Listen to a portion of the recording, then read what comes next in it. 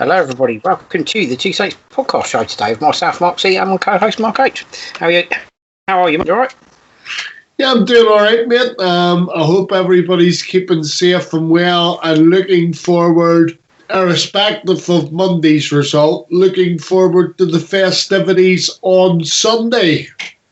Absolutely. Well, it is a semi-final and it is the FA Cup, so the Great Leveller, as they call it. I'm not sure if it's a Great Leveller for us, but we'll find out. But got over the disappointment of what happened on Monday? No, I don't think anyone has actually. And then it's not great preparation for a semi-final of the Cup, is it? really not, mate. To be fair, I mean, look. The one thing that I will say, and I know we're going to get into it in a minute when we do the review of the game, is that for me, I have been a constant Ralph supporter. I'm still a constant Ralph supporter.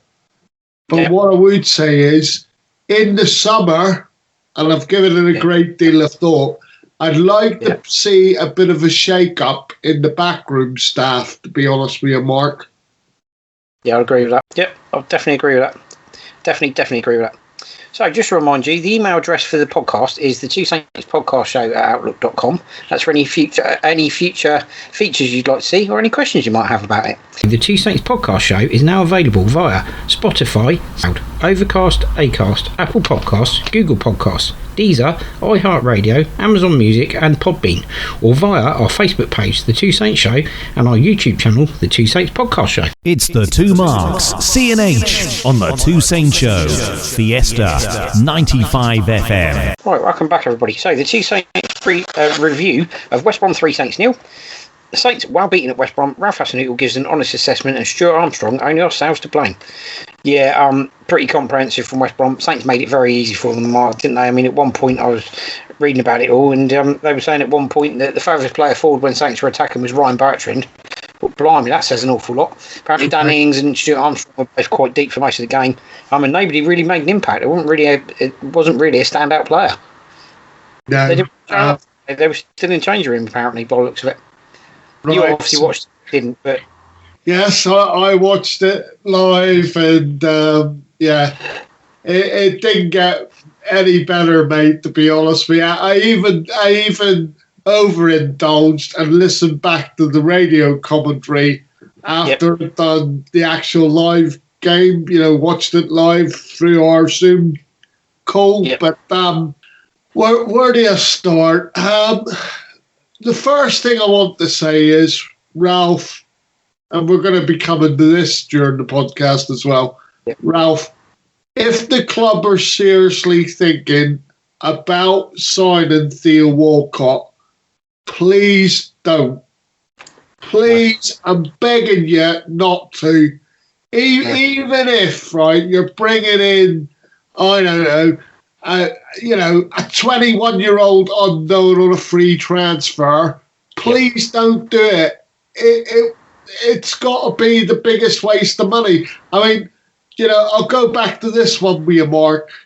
Shane Long in the summer, got, I think it was a $5,000 pay rise, or he was signed on, certainly on the same terms that he had previous with Saints, right? Now, if it had been me, I'd have sat there and I'd have said, Shane, you're not going to be playing regularly, okay? And because you're not going to be playing regularly, we'll be expecting you to take a pay cut, Maybe I'm missing something, right? But surely if a player isn't going to be that involved, why would you give him either a £5,000 paid increase a week or the same money? It just doesn't make any sense. But look, let's get to the game, okay? So Theo Walcott had no impact. For me, Kyle Walker-Peters, some people have come to his defence to a degree.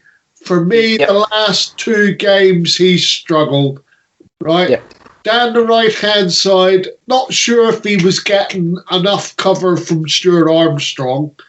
But he was woeful down that right-hand side. I mean, when you consider that West Brom before they took the lead, probably should have been 4 or 5 up anyway. You know, they seriously missed that many chances, Mark. I mean, obviously they didn't have their shooting boots on.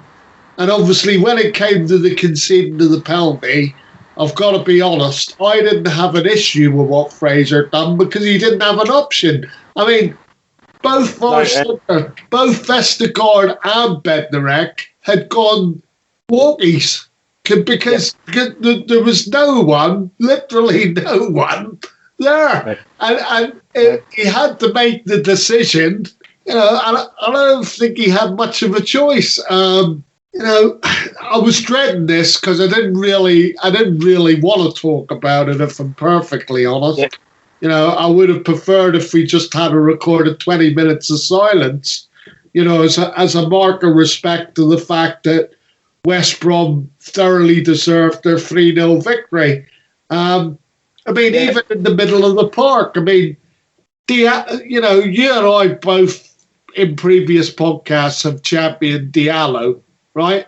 But I'm not sure whether it was just because for me, you know, you would have been better off with John Smith's cardboard cutout in the middle of the park, you know?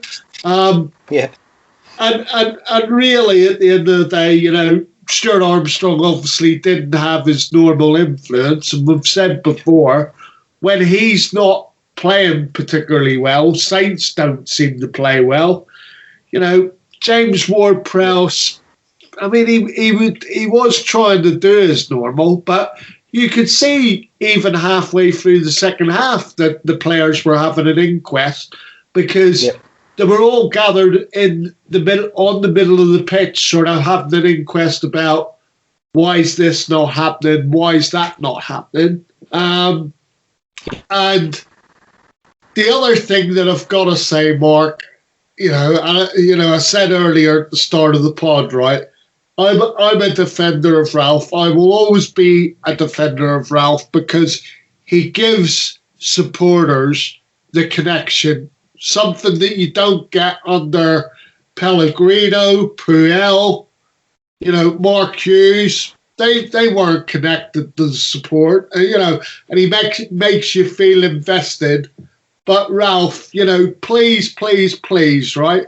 I get that you wanted to start with the same winning team from last week, okay? Not a problem, okay? I can even understand to the point where you're sat there 2-0 down halftime, you send out the same team in the vain hope that they're going to turn it around again, okay? Yeah. First thing I would say about that is lightning never strikes twice in a fortnight. That's the first thing. And the other thing I want to say, Mark, is, you know, substitutes are there to affect the outcome of games. Outcome of games, right? And you know, one thing that I will get behind whenever supporters criticise Ralph, and this is not, this is not me saying Ralph out. Let's get that one out of the way. No way, Jose, do I want to see him. It would be a dark day, you know, in paradise if that was to happen as far as I'm concerned, because the club are so invested in him that anybody who comes in would find it difficult anyway to pick up the thread, pick up the reins, so to speak. Okay? 100%. But the other thing that I will say is, Ralph, subs are there to affect the outcome of games, right? And while I said to you about what I said, make a change when it's 2-0 down. But the fact he brought, you know, Shea Adams on, who scored 3 goals in his last 4, right? Yep. And he brought him on at 3-0 down. What chance has the man got? And he probably had our best chance of the game. In all fairness, Mark, I think Shea Adams' treatment since he's retired from international duty has been poor. The guy's in form, and he's been dropped again.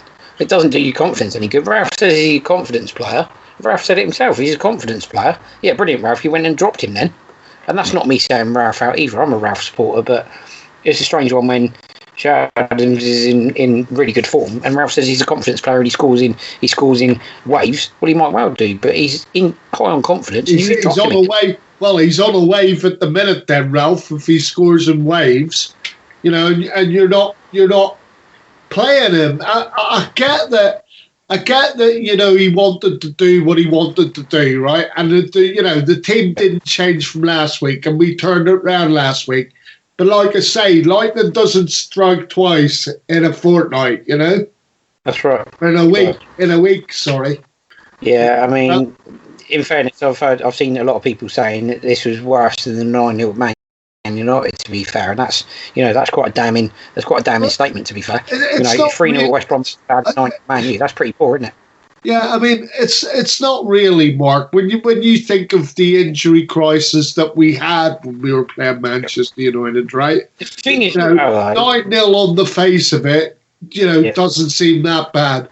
But when you consider that we struggled to get out of our own half, I think we got out of our own half 3 times in the first half. I mean, the thing is, it improved a little bit the second half, but not a lot. Yeah. Look, I'm not making excuses for the way the team performed, all the players, and what I'm about to say is certainly not giving them an out, because I don't believe they've got an out. It was a poor performance.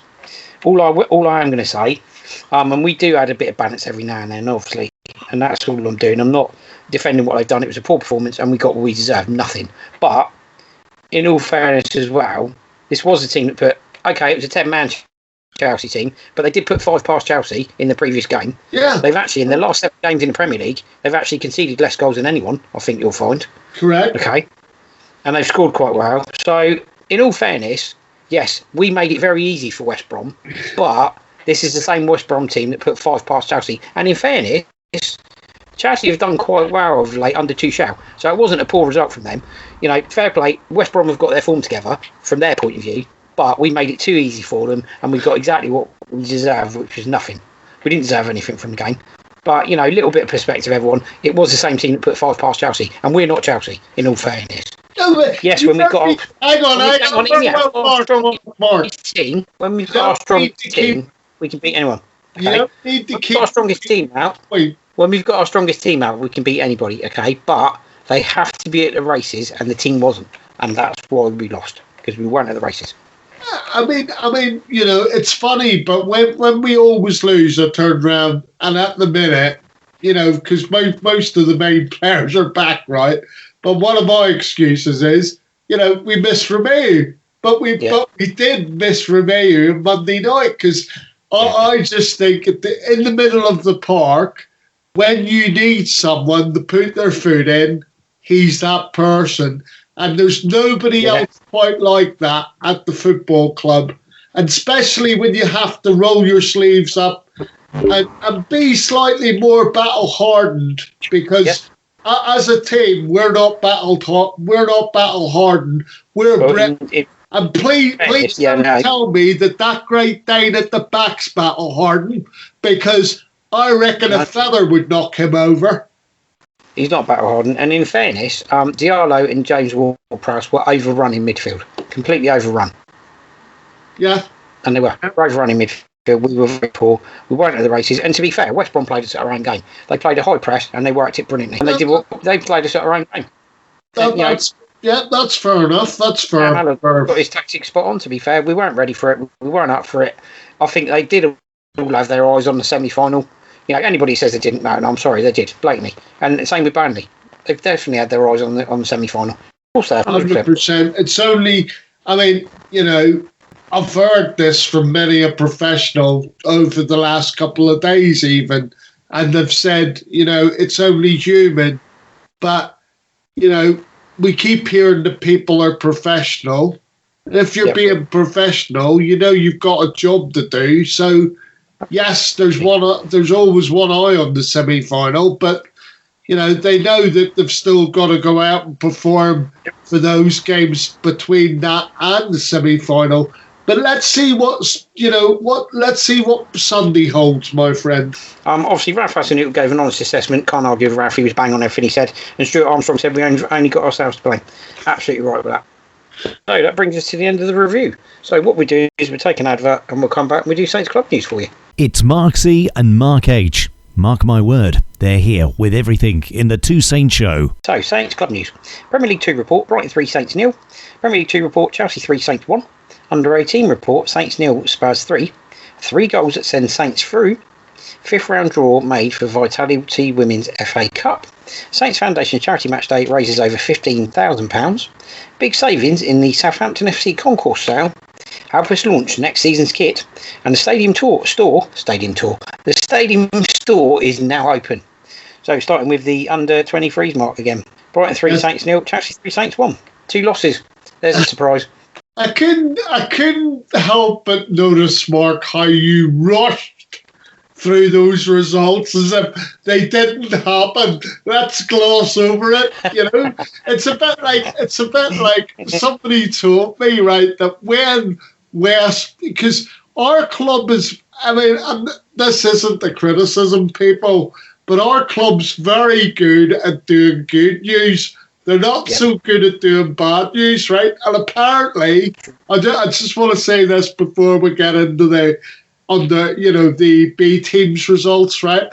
But apparently, on Monday night, after West Brom scored the 3rd goal, right, the Twitter account at CNCFC went dark. They stopped mentioning anything about the game whatsoever, So, that tells its own story.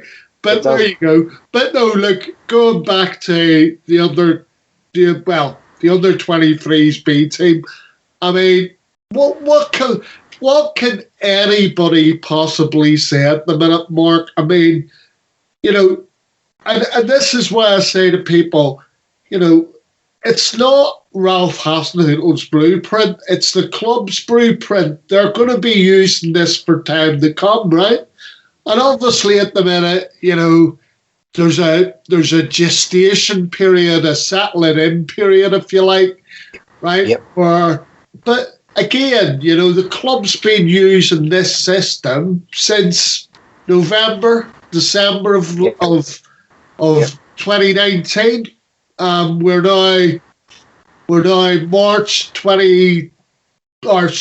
April 2021, and I don't know how long these sort of things take, but like I said, it's just demoralising each week when you and I have to sit here on the podcast and continually turn around and say to people, well, it's been another defeat for Shane's B team this week, and it's been another defeat for the under-18s. And, we've said it till we're blue in the face on this podcast.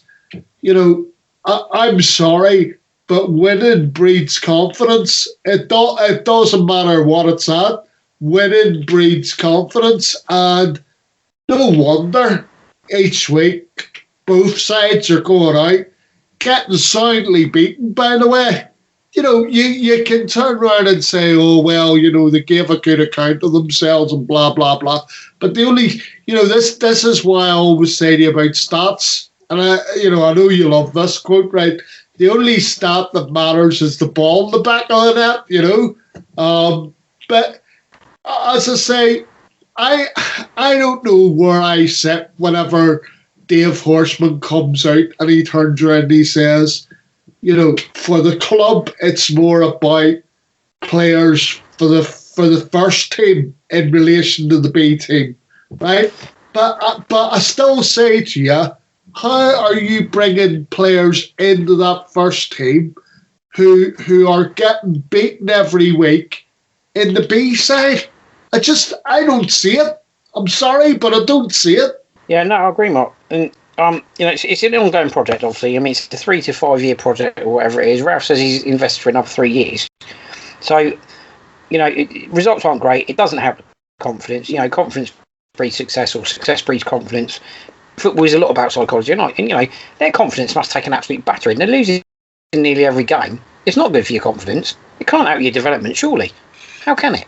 I mean, look, I'm not saying throw everyone under the bus or whatever. Maybe it's time for a bit of a shake-up with the coaches or whatever at the academy, same as it's time for a bit of a shake-up with the first-team coaches, maybe. Maybe they've all become a bit stale. That's what I think.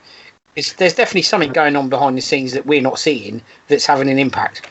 I mean, look, the one thing that I'm going to suggest to you, just while we're talking about it, I mean, Matt Oakley is out of a job at the minute.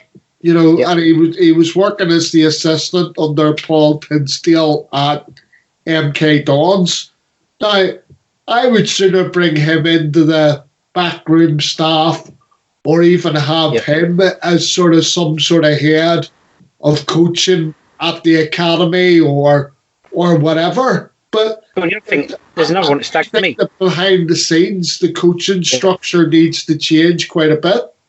Well, there's another one that staggers me. We've got a certain ex-Saint in the area, living back down in the area, available, and he's not employed by the club. Yeah, why on earth, Southampton? Why on earth, Matt Crocker, are you not getting James Beattie in as a striking coach? With the likes of Danny Ings and Shay Adams in our team, why on earth have you not got James Beattie there as a striking coach? That's no-brainer. Let's see what the summer brings. But for me, obviously, you want to see a bit of a shake-up in the playing staff because, to be honest with you, after watching Monday night, there's some that have been there for too long. But alongside that, I do want to see a shake-up in the backroom staff because, again, some of those people that are in that backroom staff, as supporters, we sit there and we do wonder what it is they actually contribute to the first team. And indeed other things. Yeah, well, the thing is that under-23s are losing, under-18s have lost 3-0 to Spurs. So, yeah, the whole thing needs a shake-up, doesn't it? Absolutely does. And it's a long overdue shake-up, and maybe that's part of the reason Matt Crocker was brought in. Maybe he was brought in to give it a bit of a shake-up, but that definitely rests squarely at his feet, doesn't it? So anyway, moving on. 3 goals that send Saints through. Southampton FC women continued their winning run in the Vitality Women's FA Cup, brushing aside Yeovil 3-0 to progress to the 4th round. Oh man, I want to celebrate about this. Boy, I want to celebrate about this because there was a live stream on Facebook and YouTube on Sunday, and I sat and watched it, and I thought, thank goodness for our women's team. I'm falling in love with women's football, man, I tell you. We had Rachel panting on the score sheet again. Well, I think we had Sophie Farah scored Ferrara. Oh, yeah, okay. And I'm trying to think who the other person was. But Mark, can I tell you something, right? Williams, I think, was the other one, Mark, possibly. If you ever want to see a glorious sight in women's football, right, it's Millie Mott, marauding, and I do mean marauding down the wing as a fullback, He's outstanding. And the guts and determination that she shows for one so young, our men's team could learn a thing or two. 100%, mate. No, 100%. They've got an absolute diamond there. Millie Mott is absolutely outstanding. She is a future England player. If she doesn't end up playing for England at some point in her career, I'll be staggered. I really. But the best goal, by the way, of the afternoon goes to Sharon Searight because it was that the first goal was a hell of a strike, mate. And 3-0. Oh, the other thing I want to say while we're on the subject, and I know you're going to move on to the draw for the next round, but I was reading, and you might be interested in this yourself, I was reading this week that there may be 2 places available for the championship, right? And Southampton are being encouraged to apply for one of those places, okay? And given that, there's been great coverage since the 3-0 win in the national press of Southampton women, and given that, we've had, I think it's the last 2-3 seasons where they've gone, 20 or 30 games winning and only 1 draw. to me, it shows that they're a cut above definitely the division they're in. And I would also say that they're a cut above the league above. So should they be playing in the championship? I would say yes. Absolutely, and we'll find out whether they should or not, because Lewis, who they play in the fourth round on Sunday, people, they play in the championship. And Mark's going to tell you about the fifth round draw. But we're due to play a championship side again in the fifth round draw if we get past Lewis. Absolutely. So, the FA have confirmed the draw for the fifth round of the Vitality Women's FA Cup ahead of the weekend's fourth round tie between Lewis and Southampton FC. This weekend, Sea Saints travel to FA Women's Championship side Lewis in the fourth round, kicking off at 2 p.m. British Standard Time. A victory at the Dripping Pan Stadium, that either sounds like a leaking car or sorting through the wall, sets up a tie against either another championship side in Coventry United. There we go. The team who defeated Saints in the competition last year, or Super League outfit Birmingham. I would think the girls would probably want Birmingham, Mark, Super League outfit. They want to prove they're brilliant. They're good enough, won't they? Why shouldn't they too? That would be a fantastic tie against Birmingham, wouldn't it? Oh yeah, I mean, let's hope there's another stream, another free stream, But let's hope there's another free stream on Sunday first for the Lewis game. So, obviously, the winner of the clash between Lewis and Saints will know their next round of opponents ahead of the final whistle. That game will kick off at 12:30 when they play either Birmingham or Coventry if they're successful against Lewis. And all fifth round ties are set to be played on Sunday, the 16th of May. So, come on, the girls. Show us how good you really are. Yeah, anyway, moving on from there. Behind you, girls. Come on. Absolutely right. So, moving on from there, Saints Foundation's recent charity match day raised over £15,000. This was following the weekend's charity match day against Burnley. Saints Foundation delighted to announce £15,000 has been raised for the charity, including a generous donation by the main club partner, sportsbet.io. Obviously, the Saints first team shirt sported the Saints Foundation logo and wording. So, fantastic. And the other thing to point out as well, Mark, is I'm sure a lot of the Saints supporters contributed to that total, because it's obviously that the club were asking, I think it was for a £15 or a £10 donation. I believe it's £10. From supporters as well. So, it's a great total, and obviously it'll go towards helping do all the work that the Saints Foundation do in the community. Definitely. Right, moving on from there. Big savings in the concourse sale. Southampton's annual concourse sale is back with massive reductions across a wide range of Saints merchandise for 2 days only. Head to St Mary's between 10 a.m. to 4 p.m. on Saturday the 17th of April and Sunday the 18th to take advantage of savings on a wide range of training wear and kit. It's your last chance to get Under Armour training wear with final reductions at least 80% off on all items and cash savings of up to £110. There's also 80% off replica kit with socks available. Well, you only live right in the corner. Yeah, I'm not in any hurry to get any Under Armour stuff, Mark. That's a bit obsolete now as far as I'm concerned, with Hummel due to make a comeback. I think I'd rather buy the Hummel retro stuff, to be fair, even though that means spending more money.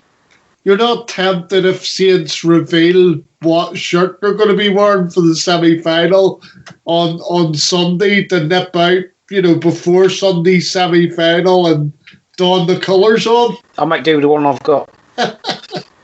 I'll make do with the one I've got. Enough. In fairness, the shirt that I've been wearing for pretty much most of the FA Cup is actually the signed one I've got, and it's proved to be quite a lucky mascot. So I'm sticking with that.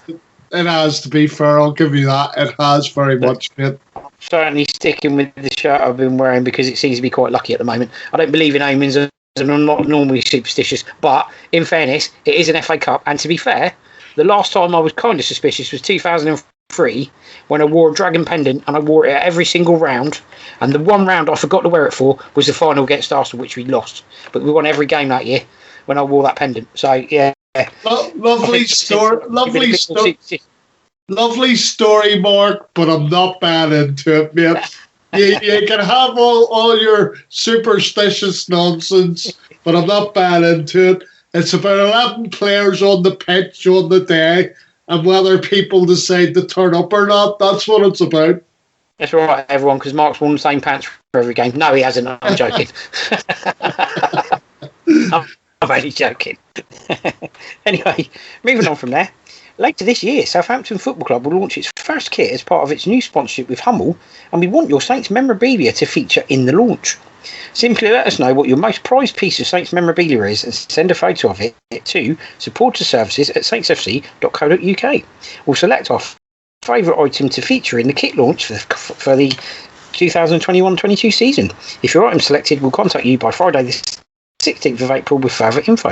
Please note you'll need to send us your item by Tuesday 20th of April. We'll make every effort to take good care of your item while it's with us. You do so at your own risk. Yeah, I mean, So, don't there you get go. me wrong. Get involved in the new kit. Yeah, I mean, don't get me wrong. I quite like the idea of it, Mark, right? But the thing is I envisage people sending things that are not Hummel related, right?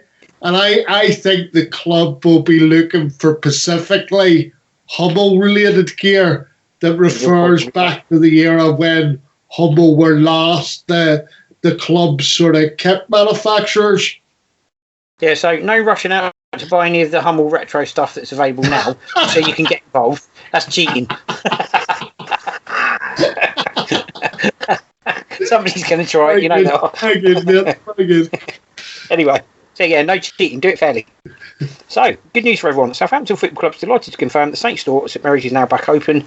It'll be open from 10 a.m. to 4 p.m. from Monday, Saturday, excluding match days, with a full range of Saints merchandise available to buy in person. Right now, you can also shop a brand new range of Hummel leisurewear and take advantage of final reductions on all Under Armour stuff if you fancy it, including replica kits. I shouldn't think anybody's probably going to want on Under Armour things, but you never know. It's still got the Saints badge, hasn't it? So you never quite know. So there you go. It's absolutely fantastic. And if you'd like to know full details of the offering at the online Saints store, check it out on the Saints website. So there we go. Fantastic, Mark. And that brings us brilliantly to the end of that section. So we'll have an advert, and then coming up for you in the second half, we have other football news, Saints in the press and Saints transfer gossip, two Saints preview of the FA Cup semi-final, Saints versus Leicester City. Fiesta 95 FM, the Two Saints Show. Right, welcome back, everybody. So, other football news. Newcastle fans bid to buy part of the club. Hillsborough Group disbands as families look to move on. Netflix series prompts fans to restore first paid footballer's grave. And ex-Bolton winger Holden dies at the age of 90. So, Newcastle fans bid to buy part of the club, Mark. Yeah, I mean, I think, the bottom line with this one, Mark, is because of what's going on, obviously, in recent years, and obviously during Mike Ashley's tenure, I think the fans have just had enough. The only thing is, Mark, and this is kind of the downside of it, is, the fans probably would never get enough together to sort of take over, but hopefully it's a foot in the door of having some sort of influence. But all I would say is fan owned clubs, unless you're sort of non-league and you're doing it from the ground, you're building the side up from the ground up, right? It doesn't really work unless it's a Wimbledon, an AFC Wimbledon or an AFC Bury or something like that there. Normally we find that whenever it comes to fan-run-owned clubs or community-owned clubs, that it doesn't tend to work. I mean, it didn't work at Bournemouth, and even down the road at Portsmouth, although it was they did it so that they could hold on for somebody to come in and actually buy the club. But I don't think fans running football clubs really work unless you're doing it from the very bottom, like AFC Bury or an AFC Wimbledon, and obviously the great thing about, if you're doing it from that level, you're learning about stuff as you go along. So, of course, you're gaining experience every season, as you're down in the lower leagues. I agree with that. So, moving on, the Hillsborough Family Support Group, HFSG, have been disbanded because we've gone as far as we can, its former chief has said. The families will mark the 32nd anniversary of the football stadium disaster privately on Thursday. 96 fans died as a result of a crush in a game between Liverpool and Notts Forest at Sheffield Wednesday ground on the 15th of April 1989. HFSG ex-chair Margaret Aspinall said it was time for families to move on.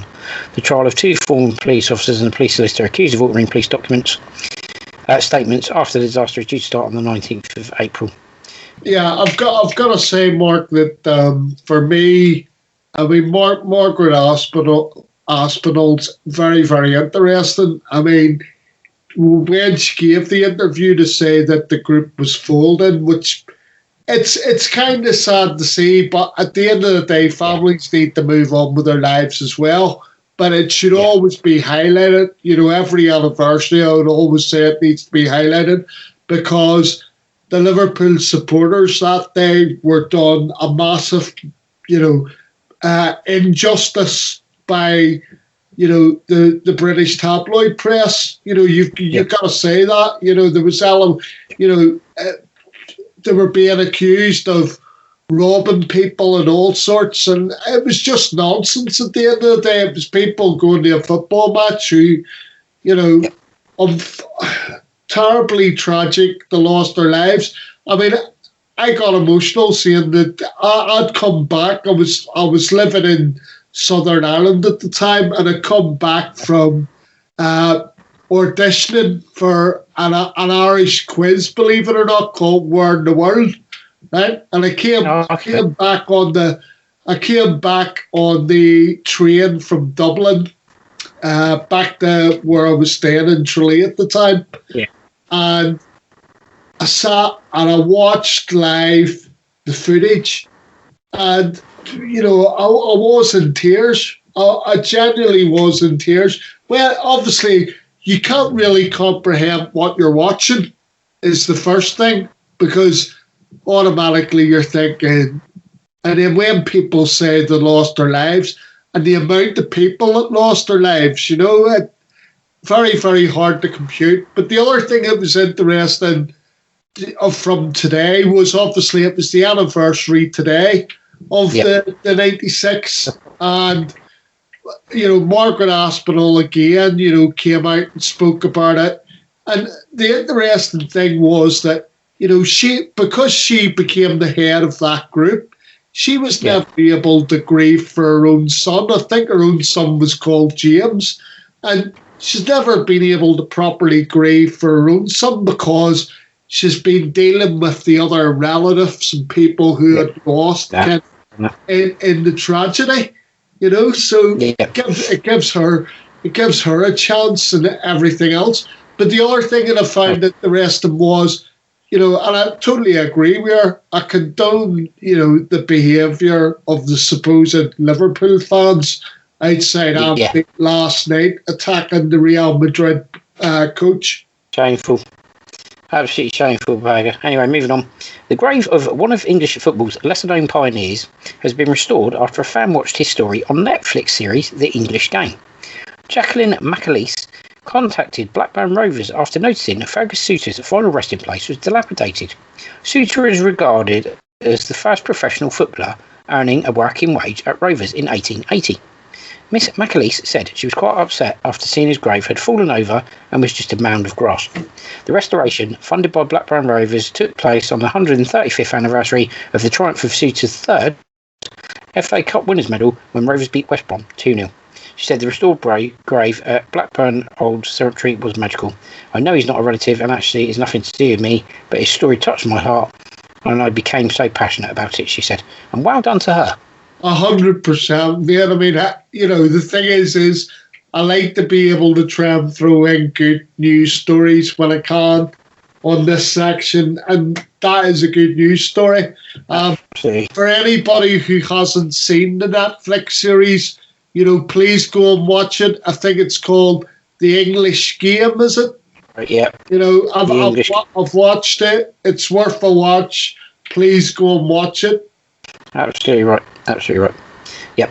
So we'll move on from there. And sad news, Doug, ex-Bolton Wanderers winger, has died at the age of 90. Former Bolton Wanderers winger Doug Holden, the last surviving player of the Stanley Matthews FA Cup final in 1953, has died at the age of 90. The England international was part of the Bolton side that were defeated 4-3 by Blackpool in the memorable final. He went on to make 463 appearances for Wanderers, scoring 44 goals for the club and winning the 1957-58 FA Cup. The thoughts and prayers of everyone at Bolton Wanderers are with Doug's family and friends, the club said. After 11 seasons with Bolton, Holden moved on to Preston North End in 1962, where he reached another FA Cup final 2 years later. Holden, who won 5 caps for England, had been the only survivor of the 1953 final after Blackpool winger Cyril Robinson died in November 2019. Yeah, I mean, all you can say, mate, is R.I.P. Mr. Holden. But the other reason why I highlighted it was because obviously it is the end of an era. There's nobody left now from the supposed dubbed Matthews final, because it was believed at the time that everybody in England wanted Blackpool to win that final just so Stanley Matthews could say that he won, the FA Cup. But one thing that gets lost in the midst of time is that the one thing that people always seem to forget, even though it was called the Stanley Matthews final, and it was great, obviously, to see him, get his hands on the FA Cup. But, the actual record from that final is the fact that Stan Mortensen, who played for Blackpool that day, scored a hat-trick, and he's still the only player to score a hat-trick in an FA Cup final. Yeah, until Danny Ings gets there and does it. No, I'm joking. Anyway, so moving on to Scottish football news. We shall see. Yep. So anyway, moving on. Rangers squad to boycott social media. This is Scottish football, sorry. Rangers squad to boycott social media. Kadea and Kamara both banned in race row. Kick it out, Wood back a boycott, and no fan return for Scottish Cup final. So starting with the Rangers squad to boycott social media to tackle abuse. Absolutely brilliant. I'm well pleased about that. So it's now Birmingham, Swansea, and now Rangers up in Scotland who've all boycotted social media in response to racial abuse or any kind of abuse, to be fair. All I would say, Mark, is a follow-up on what I said last week. There needs to be a blanket thing by all the clubs, right? And the more high-profile football players, we've seen that, Thierry Henry has done it. So if you've got loads of followers, on your social media, let's have all these individual footballers and the clubs, just have a blackout, have a complete blackout for, the next month or whatever, whatever. But, it needs to be that much more direct, as it keeps saying, because everything else isn't working. Yeah, absolutely. Definitely. Right, moving on to the next article. Slavia's Andre Kadea gets a 10-game racism ban, and Rangers' Glenn Kamara and Kemar Reif also banned. Slavia Prague's Andre Kadea had been banned for 10 matches after racially abusing Glenn Kamara, with the Rangers midfielder suspended for 3 games. The Finn has been found guilty of assaulting Kadea in the tunnel after the side's stormy Europa League meeting at Ibrox in March, which Slavia won. Kamara's lawyer, Amer Anwar, called Kadea's sanction the barest minimum penalty and made a mockery of UEFA's claims on taking racism seriously. He also suggested Kamara's suspension was reduced from 5 games on appeal. Rangers striker Kemar Reif has been banned for 4 games too, after Andre Kolar suffered a fractured skull in a challenge during the game, which the Ibrox club fined €9,000 for failing to control their players. Reif and defender Leon Balogun were sent off. 3 other players were booked in the stormy last 16 second-leg encounter, which the Czech side won 2-0 to progress 3-1 on aggregate. Police in Scotland are still looking into separate allegations of racial abuse and a reported assault. Yes, I mean, all I'm going to say on this is, and I'm gonna be forthright as always about these things, right? UEFA don't cut the mustard. They gave him the least sentence that they could give him, the Slavia Prague player. I mean, if I'd have had my way, he would not be playing football again. It's not simple. The thing is, mate, in normal life, if you racially abuse somebody in the workplace, right, you don't have a job. It's that simple. Why should it be any different for footballers? Why should it be any different for footballers? Totally. And the thing is although I can't comprehend what it's like because I don't have that colour skin, I certainly understand the fact that, you know, you're demoralised. It must be demoralising. You know, you do take it to heart if it's continuous. You know, and Glenn Kamara has been abused every day on social media since this has happened. Yeah. Right? Absolutely right. The thing is what should have happened was Slavia Prague should have been chucked out of Europe for next season because they're in the Champions League next season. They're due to be in the Champions League next season. They should have been chucked out next season in Europe. Thankfully, they got dumped out of the Europa League tonight because Arsenal beat them. But like I'm saying, the player himself, to me, the club should have sacked him. And then it's up to other clubs then to make a decision based on what's happened. You know, but Slavia Prague should be sacking him. Right? You know what they did, Mark? They put a picture up, right, of him training with other black players at their training ground, as if to say, you know, that's not me. Here's my friends, right? Absolute rubbish.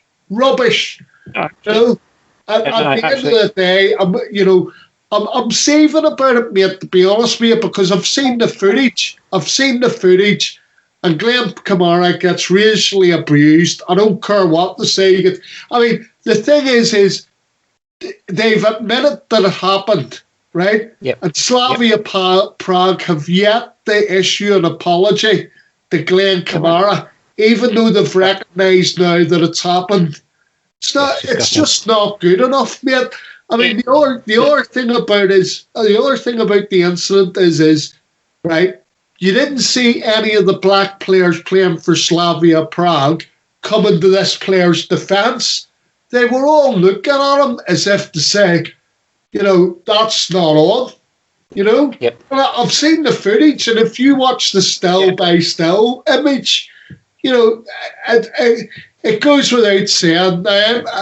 Obviously, Glenn Kamara probably shouldn't have reacted the way he did, but all I would say is from the reports that I've heard about Glenn Kamara, you know, at the end of the day, it must have been something fairly severe for him to react in the way that he did. I mean, it's funny because I did sort of hope that we might have signed him during the summer when it was being rumoured that he might be coming to us, because I thought, that doesn't sound like such a bad idea. But, you know, all I can say is, you know, where is it going to stop? If the football authorities aren't prepared to take a hard line, then, you know, I worry that this is set to continue rather than 100%. Taking a hard line and eradicating it and, you know, and nipping it in the bud at source. And I still go back to what I say about social media. You know, the thing is people and accounts, you know, it should be passworded and everything else so that these people are not allowed to hide behind, you know, the keyboard warriors. Absolutely right. Yep. And following on from that, anti-discrimination charity Kick It Out says it would back a Premier League-wide boycott of social media in protest at online racist abuse. Yeah. Swansea, Birmingham and Scottish champions Rangers are boycotting social platforms for a week. Comes after several recent incidents of players receiving racist abuse on social media. Kick It Out boss Tony Burnett says the boycotts are a sign of the absolute disgust felt within football. Absolutely bang on the money, and I'm glad they're backing it because I certainly do. Yeah, no, I totally endorse it, mate. And obviously, moving on from there, no fan return, Mark, for the Scottish Cup final. No fans at Hampden as UEFA starts work for the Euro 2020 finals. So there'll be no fans inside Hampden Park for next month's Scottish Cup final. 22nd of May showpiece will be held 3 weeks before. 12,000 supporters will be able to watch Scotland's first match at the European Championships inside the same stadium. Yes. And it's due to the fact the ground comes under UEFA event control from the 14th of May. Correct. I was just going to point that out, Mark, but also as well, apparently there is construction work going on at Hampden at the minute as well, which would also hamper any sort of return of fans. But again, you know, I have a degree of sympathy for any supporters, you know, of the sides that are going to contest that final, because obviously, you know, it's Scotland's showpiece, and there's not going to be any fans there. It's just very sad. Yep, absolutely right. Absolutely right. Yeah, it is very sad. So moving on to a slightly better story. Erling brought Haaland assistant referee's autograph donated to charity. Charity said to benefit from assistant referee Octavian Svevra's decision to ask Borussia Dortmund's Erling Haaland for an autograph following Man City's Champions League quarter-final first leg win on Tuesday. He approached Haaland in the tunnel at the Etihad and produced a red and yellow card for the striker to sign. Some observers questioned Svevra's actions, among them the very successful former footballer and BT Sport pundit Owen Hargreaves said, "It doesn't look right." The childhood friend of Svevra was now released that the cards are likely to be auctioned later this month to help provide therapy for autistic people at the SOS Autism Bihor Centre in Romania. Owen Hargreaves, you got it wrong, wind your neck in. Yeah, I mean, all I would say is, you see, the football expert strikes again. So just, I mean, man, I have a special insight to this, right? Because I was listening to the commentary on the radio, right? And obviously, I took it as read, going to bed, took it as read, that what they had said in the commentary, or, whatever, right? And then obviously I found this story. So let me just tell you what was said during the radio commentary, right? So he said the commentator turned around and said, it's inappropriate behaviour from. And he even got that wrong. He said the referee, right? Because he turned around and he said that apparently, according to him, he'd asked Haaland, right, to help him look for his red and yellow cards because he'd misplaced them, right? And then you actually read the actual story and you think, good on you, Haaland, and well done, the assistant referee. And it's a fantastic thing, and I hope to make lots of money for the Romanian hospital or hospice that the money's going to. Absolutely right. Yeah, hopefully he's got him to sign both cards on both sides. Yep, fantastic stuff. Brilliant. Well done. That's all I can say on that. So moving on to some really positive news. The FA Women's Super League celebrates 10 years with the launch of the Hall of Fame. Anniversary of the Women's Super League is a source of pride for the FA, which will open a Hall of Fame to mark the occasion. Tuesday marks a decade since the league was launched, when Arsenal beat Chelsea 1-0 in the top flight's first match. Since then, there have been 4 champions, with Arsenal and Chelsea both winning the league 3 times. Yeah, till Saints get there. Kelly Simmons, the FA Women's Professional Game Director, says its development has turbocharged. It should be a source of pride of where we've got to, and for everybody who made it happen, she told BBC Sport. Since the Women's World Cup particularly, the development of the Women's Super League has absolutely turbocharged. We saw record attendances pre-COVID. Can't wait to have fans back next season to continue to build on the great work done by the clubs, to really embrace and engage fans to get them through. Yeah, I mean, the one thing I would say is, Mark, when I read it, I thought to myself, is it really 10 years since the women's SL League? But it is 10 years, and it'll be interesting to see who the inductees into the Hall of Fame are going to be. Yep. Just on a side note from this, so I'm going to get a little bit carried away here. During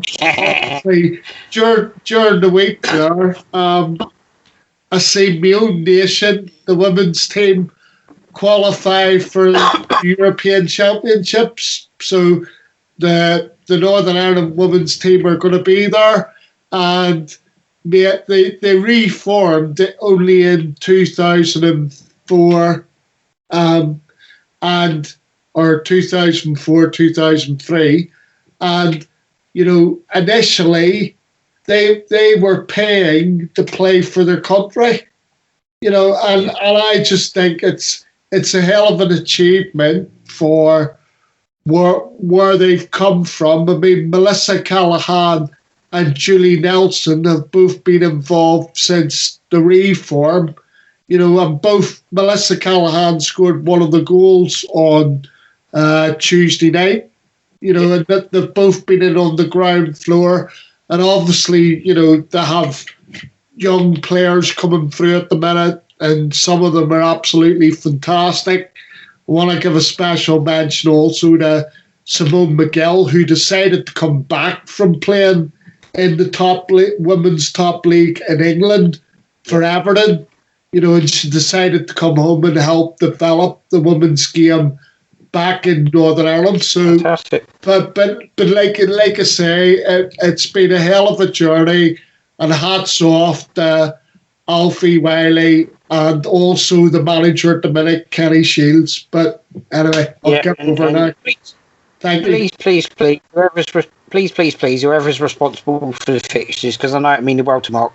If you can make sure that they end up playing their games at Southampton and Brighton, Mark will be over the moon about that. So whoever's responsible for that, make it happen, please. He'll be over the moon then. Girls, I'm so proud of you. You've done me proud. It was emotional on Tuesday night, I tell you. Emotional. Yeah, Mark was very, very, very positive, very cock-a-hoop. Everyone, I saw all his Facebook posts. He was very, very positive. I don't think I've ever seen him that positive, even after a Saints result. Mind you, that's because Saints results aren't very often. Anyway, so that brings us to the end of that section of the pod today. So we're going to take another break, and when we come back, we'll do Saints in the Press and Saints transfer gossip. It's the Two Marks, C&H, on the Two Saints Show, Fiesta 95 FM. Right, welcome back, everyone. So, Saints in the Press and Saints transfer gossip. Ralph Hasenhüttl confirms Saints are in negotiations over extending Walcott's Day. We don't have to sell our best players. Ralph Hasenhüttl outlines the summer transfer plans. Saints transfer gossip possible ins.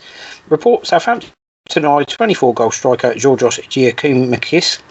Exclusive Leeds United, Southampton and Norwich City keeping tabs on Barnley Ace ahead of summer. Southampton track another SPFL talent in Ross County's Leo Hjaud. Price tag set for Saints target Herrera, and Southampton keen on summer deal for Harry Winks. Also possible outs, defo outs. Roma rival Spurs interest in Southampton defender Yannick Vestergaard. We don't even know what Liverpool thinks about the player in the summer. Saints are not in Minamino discussions. So, starting with the top two, Mark Hasenhüttl will confirm Saints are in negotiations over extending Walcott's Day, and we don't have to sell our best players. Really? Right. Well, that'd be interesting summer window we're going to have then. Yeah, you have to read the article to get a gist on what he's actually saying. So, basically, the first article, all I would say is, please, Club Ralph, like I said earlier in the pod, don't do it. Just don't do it. There are other options out there that are going to cost you less money. Okay, it's one for the robotics. Even if there are options that aren't going to cost a lot of money, even if it costs you a bit of money, find some money and buy the lad from Bournemouth. Dan Juma's his name, Saints. Find some money and go and buy him. I've got bad news for you on that front. We've withdrawn from it. Because a pile of other Premier League clubs have come in and they're now interested, so that's fallen by the wayside. But yeah, so anyway, just on the Theo Walcott one, please don't do it. I know we're probably going to end up doing it, and they'll have people on social media going, "It's fantastic." Trust me. I just think it's. Okay, yes, I know he brings experience, and we could argue about, if they can get him on the right terms. But really, at the end of the day, don't forget he's on a free transfer, so it still won't be the right terms because you still need to pay him a lump sum. The thing is with Theo, even in the spell he's been here, okay, he made an impact against Burnley. I'll give him that, right? He made an impact in that game. He doesn't make an impact in every game he plays, and quite often he has games where he doesn't make it in. Probably a decent addition to the squad. He's probably a good squad player, but for me, moving forward, he's not first choice on that team sheet every week. So that's why I'd rather we didn't go down that route. Well, that's just my personal view. My greatest thing is for large periods, even of this season, he's been out injured. The thing is there's just no guarantee of his fitness. And basically, the Minamino thing, I just want to go on. I mean, you can come back to that if you want, but the Minamino thing, am I that surprised that the club aren't interested in signing him? No, I'm not. There's probably better and, dare I say, cheaper options out there. And this goes on to what Ralph was talking about when he said about we don't have to sell our best players. Yeah. Because what he's basically saying is, and let's hope this summer he's got his ducks all lined up in a row. From the noises he's making, it certainly sounds like it. There is going to be a little bit of a windfall for him from the sponsorship deal, and hopefully he is able to move out one or two that have been at the club for too long or don't want to stay for whatever reason. Because I'm willing to state now, after Monday's result, Mark, right? And it grieves me to say it because he's been a great servant to the football club. But I'd withdraw the offer to Ram Bertram now. I really would. Yeah, I agree with that. At the end of the day, we're here to give honest opinions. And, I like Ram, and I think he might have something to offer us in a coaching role. But as far as playing goes, I mean, I just think to myself, maybe it might be better off us giving him the free transfer in the summer. And if Danny Ings or Vestergaard that we're going to come on to, if they can't agree terms or the club think that it's better to sell them in the summer with a year left in their contracts, then do it. Because at the end of the day, hopefully with those two sales and the additional money from the sponsorship, we'll have about 50 million to spend. And from what Ralph has said previously, it's clear to me, right, and Saints fans will laugh, but it's clear to me that he seems to think that he's going to be able to recruit 5 or 6 players for Saints during the summer, right? Because he has said, right, that he's determined to find 1, 2 or 3 players who are less than £10 million. Well, the thing is, Mark, I know a lot of people who balked at that said, you can't get decent players for less than £10 million. Yes, you can. Jan Bednarek costs less than £10 million. Stuart Armstrong costs less than £10 million. Or Romeu costs less than £10 million. James Ward-Prowse cost less than £10 million because we brought him up through the academy when he was 8 years old. So that's 4 players that were less than £10 million quid off the top of my head. Yeah. And I hate to bring this one up, but Alex McCarthy was only £2 million. £4.5 million quid.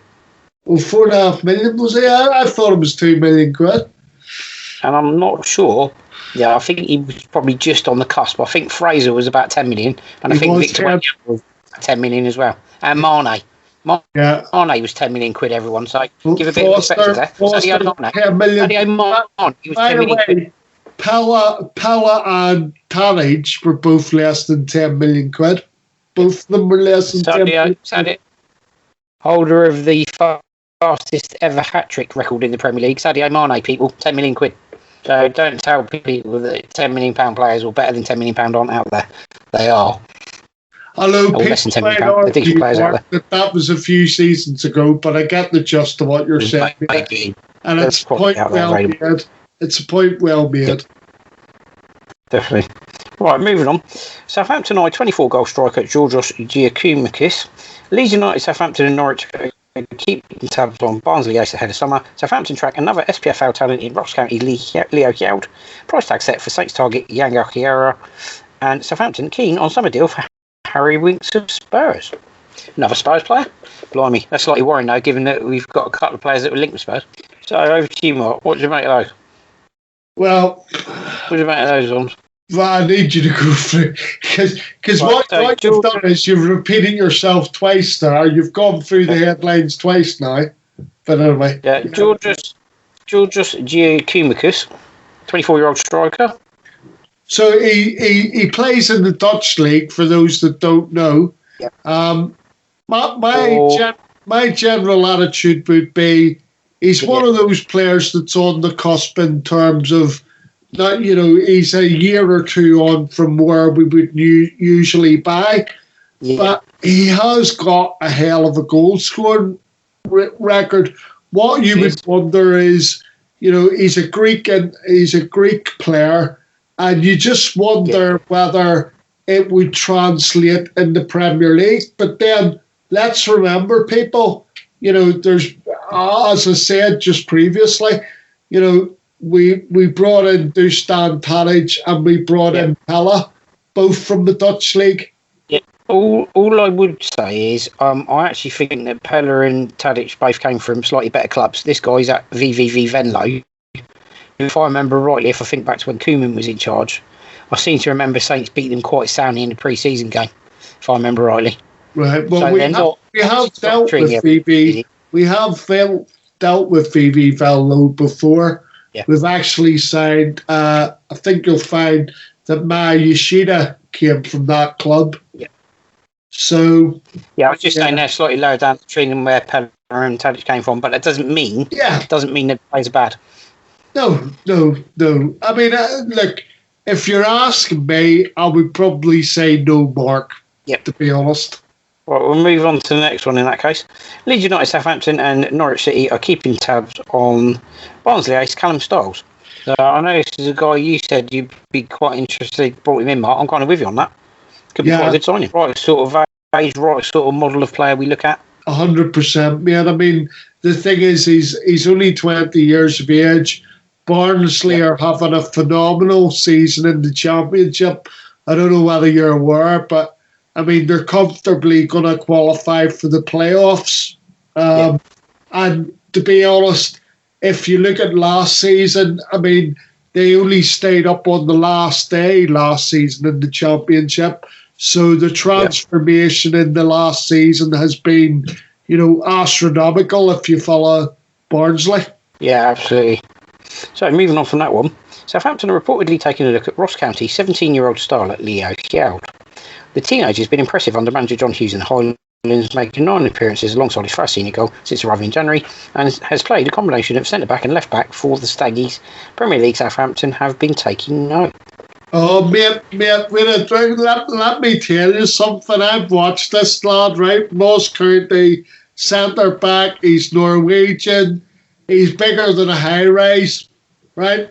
The thing is, right, if ever there was a replacement, right, for Van Dijk, and I do mean it is that going that way, right, because this lad's on an upward curve. All right, you might sit there and you might think, Ross County, but this lad's on an upward curve, and unless we strike very soon, right, bigger clubs are going to come sniffing. Yeah.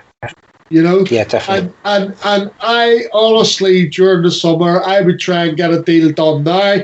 And the other thing I would say is don't worry too much if Vestergaard doesn't sign a new contract, because if this guy is on Saints' radar and we're serious about him, then hopefully we'll be bringing him in the summer. I know he's still raw, young, and he is raw around the edges, but he is that good, Mark, trust me. I've seen him. Great. So get him on. So we move on from there. Price tag has been Callum Styles so far, yep. Manchester City are said to be looking for £18 million to part with Southampton target Angel Herrera.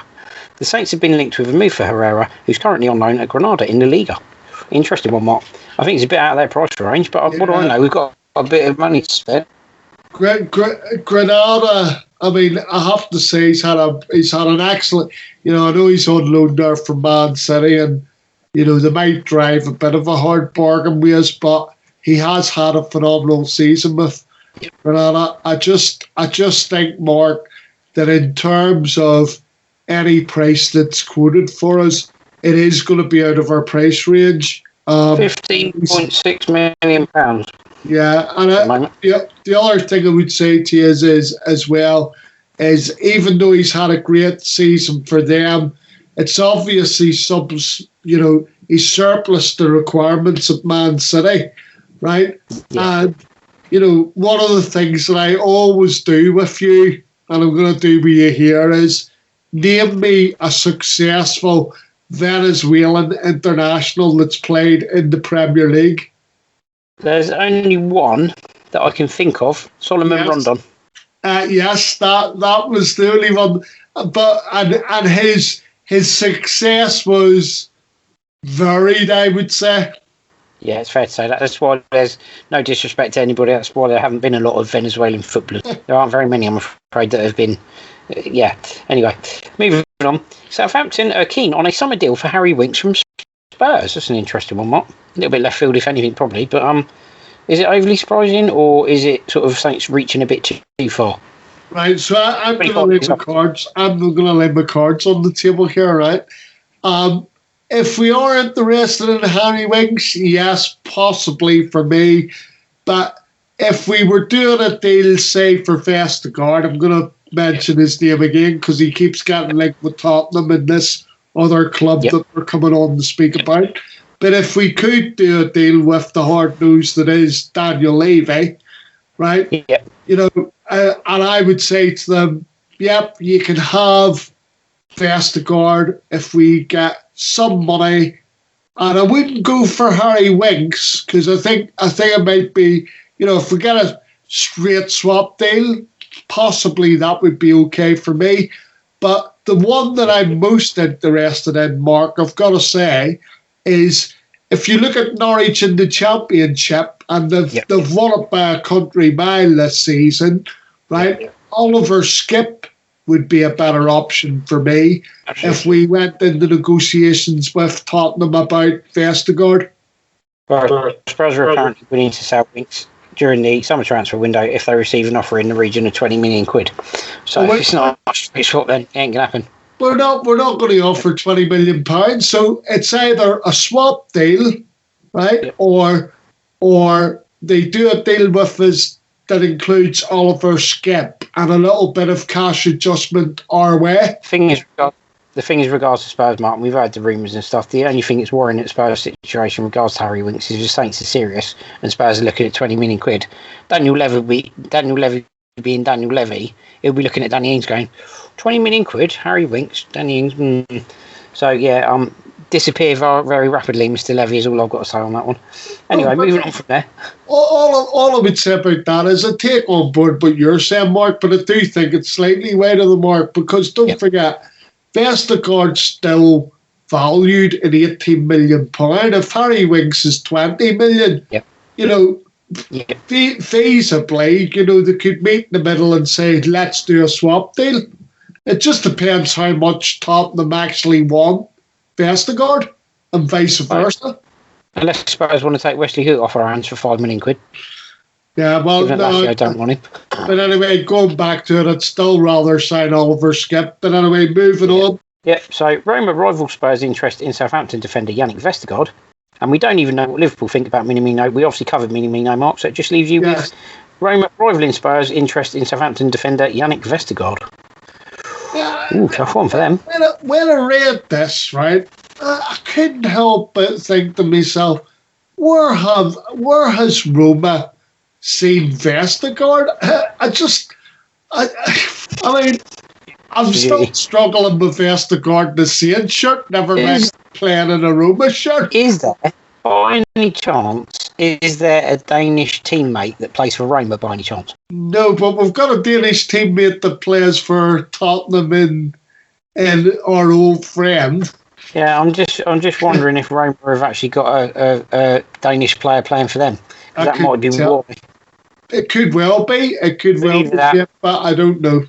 In all honesty, either that or somebody from Roma was at one of the international matches that Yannick was at and he tapped him up.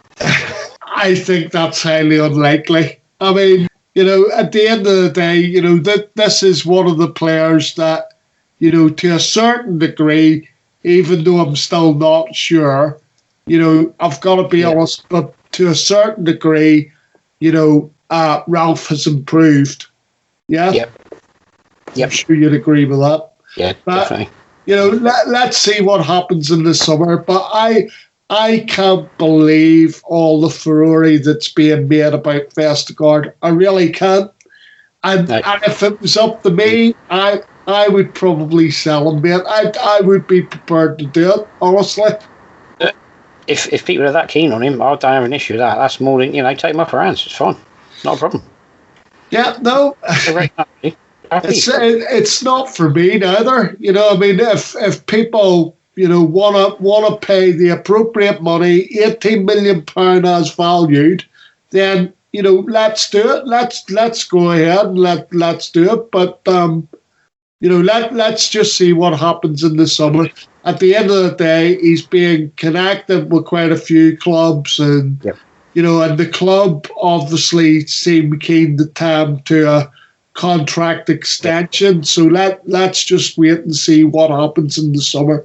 I've had a look, by the way, Mark, and I can confirm to you that Roma don't currently have another Danish player playing for them. But one thing that I can say to you is they have an Englishman playing for them in the shape of Chris Smalling.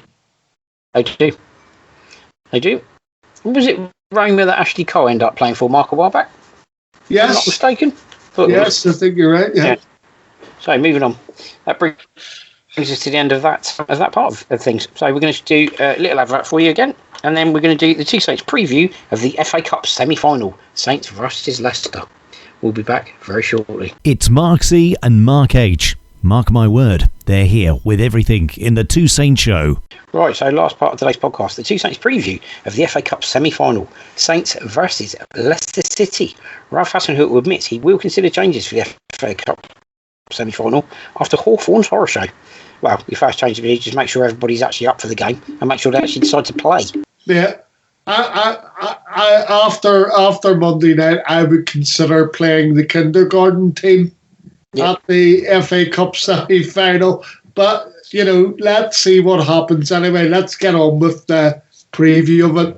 Yep. So what have you got to say about it, first of all?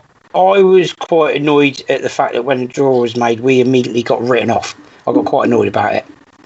I'm quite annoyed with Gary Lineker. On reflection, I'm still annoyed.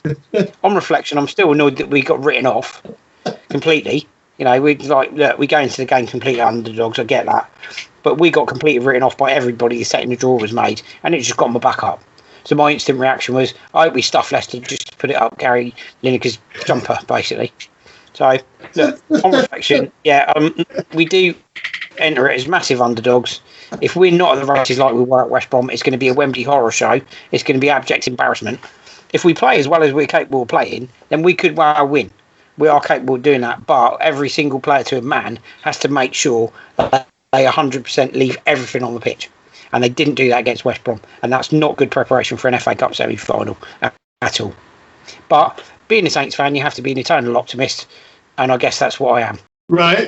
Are we getting a prediction anytime soon, or are we sitting on the fence? I'm going to say 2-1 Saints. Right, okay. So all I'm going to say is this, right? Mark, you need to deal with the Gary Lineker thing. Okay, that's the first thing I want to say, right? Because look, hang on, I haven't got a problem with it. The bloke played for Leicester City, right? And I'm in my preview, I'm going to bring home a few home truths here, right? And they need to be said. They need to be said, to be honest, right? I mean, look at where we are in the league, okay? And yes, we've got the majority of our first team back now. And, we can go into the semi-final and hopefully give a good account of ourselves, right? Yeah. But what I would say as well, Mark, is Leicester City are currently in the Champions League places. Yep. Right? Yep. And if you're in the Champions League places, that's a clear indication, even if they stay there or not, that, they're having a good season. Yeah, okay? Absolutely. And you can run through the spine of that team, right? Johnny, so starting with Schmeichel in goal, Johnny Evans and Fofana at the back, because Fofana only joined during the summer and he's been an absolute revelation for Leicester City. Yes. Right? Yep. And I would also say, you run through the spine of the team, Jordy Tillemans, he's only been there, he's coming to the end of his second season. He's been, unfortunately, we're not on the same level as Leicester. I mean, a few years ago, I would have turned around and said to you that, Southampton were bigger than Leicester. But because Leicester now have the owners they've got, they're able to spend more money. Plus, obviously, they've been Premier League champions as well. And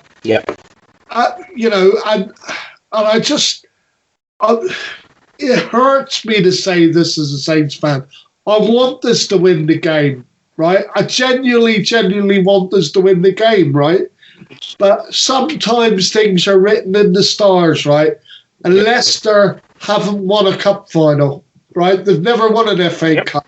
And I actually think they'll fall out of the Champions League places again, like last season.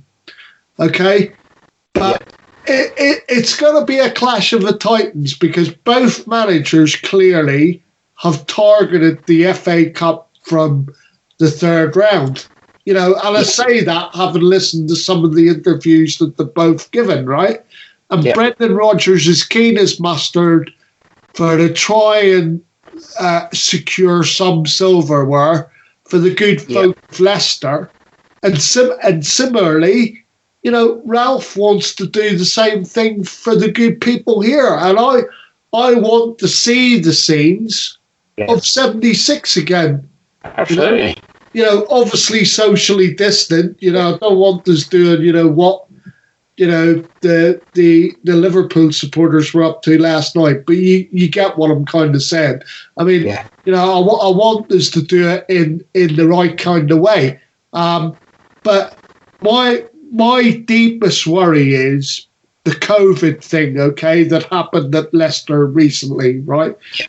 Loads of people have had comments about it.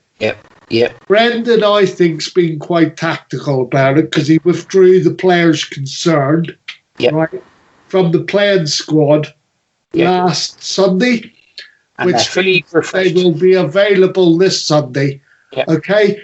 And all I'm going to say to you is, remember, James Maddison and Perez, along with, I think it's Wes Morgan as well, and I'm trying to think who the other player is, Chowdhury, the midfielder, right?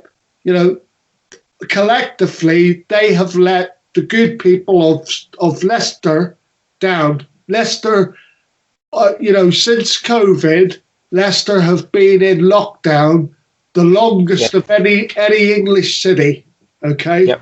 And I'm just worried that it'll massively backfire on us because those three players, because I'm not sure whether Chowdhury will play, but certainly Perez and Maddison will play some part in the game. And I'm just worried that those players will be busting a gut, right, to put things right with the supporters and the city of Leicester in that semi-final. And I wonder whether it's going to mean as much to us and whether we're going to bust a gut on Sunday. That's all I'm saying, Mark. And the interesting thing is, hopefully Shea Adams plays, right? Because the one thing I will say is, I said it's a clash of the Titans and the manager. It's a clash of the Titans with the strikers, because if Shea Adams plays up front for Saints, in the opposite corner, we've got, Iheanacho. Iheanacho playing for Leicester, and he's a striker that's red hot as well at the minute. So that will be an interesting battle in itself. But I've got to tell you, mate, I'm fed up with coming on here and trying to be on the sunny side and wins and draws for Saints, even when you know that it's not happening, right?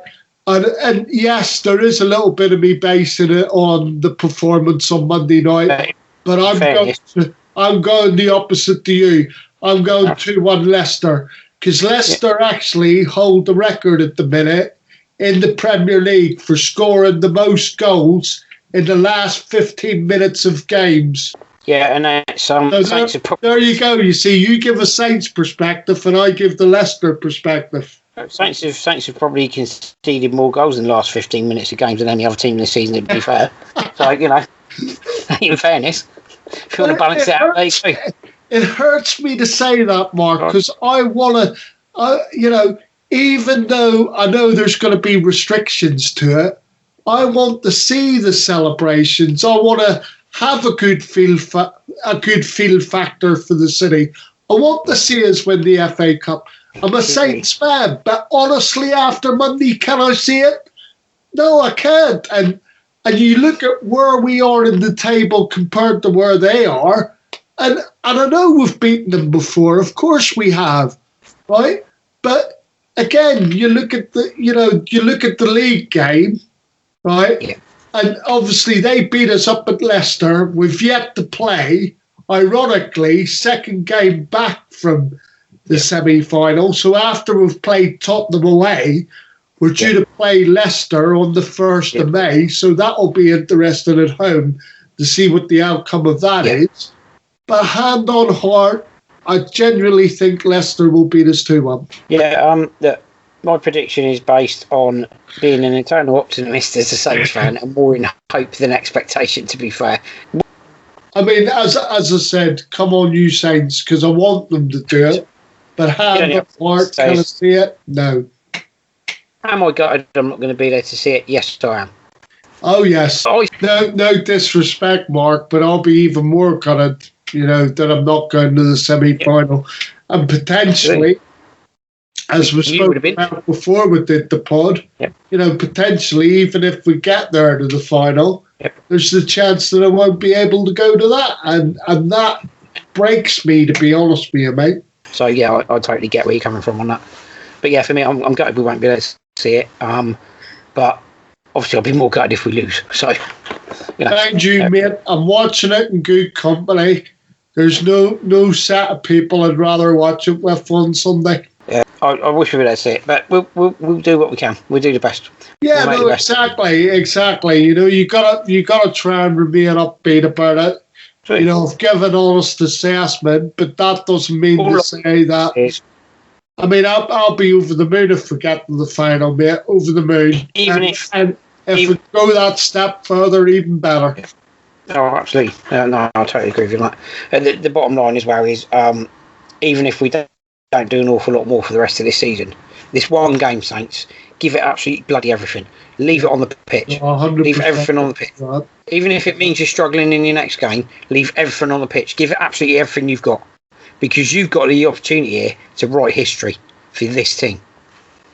But they know that, Mark. They know that, and it's entirely up to them. It's entirely up to them. My take on it is, at the 90 minutes, I want them to be falling down from exhaustion. To be honest with you, I'm not bothered what happens for the rest of the season. They need to give it 110% in this game, if nothing else. Even if they do, it's a one-off game. You give it 110% in this game. I don't care what you do for the rest of the season. Right at this moment in time, this is the most important game so far this season. Yeah. On Sunday, this is this season's game. This is a season-making game. Not a season-making game from the point of view it enables us to stay up. It's a season-making game because you get something really positive out of the season if you get to a final and go one step further. And if your players can't lift themselves for a one-off occasion like this, then they don't deserve to be there. So in short, people, Mark's going for a 2-1 Saints, and unfortunately, I'm going for a 2-1 Leicester win. And I hope I'm wrong. The other prediction I want to say from your point of view is a 3-2 Saints win, but maybe that's not going to happen. But anyway, I'll let Mark wrap it up, but I just want to say to you all, thanks for listening, and I hope that you've enjoyed the podcast. Yeah, absolutely right. Yep, same thing. I'll totally echo that, Mark. And all that's left for me to say is, don't forget to the ways to access the podcast. Obviously, the ways we normally tell you, your message in a minute. I'll be an automated one telling you how to access all of that. And also, the only other thing to say is the email address for the podcast show, which is the Two Saints Podcast Show at outlook.com. That's for any future features you'd like to see or any questions you might have. Give us any feedback as well, positive or negative. Let us know if you're enjoying what we're doing. And the only other thing left to say is please join us again next week when the Two Saints go marching in again. Come on, Bye you from me. Saints!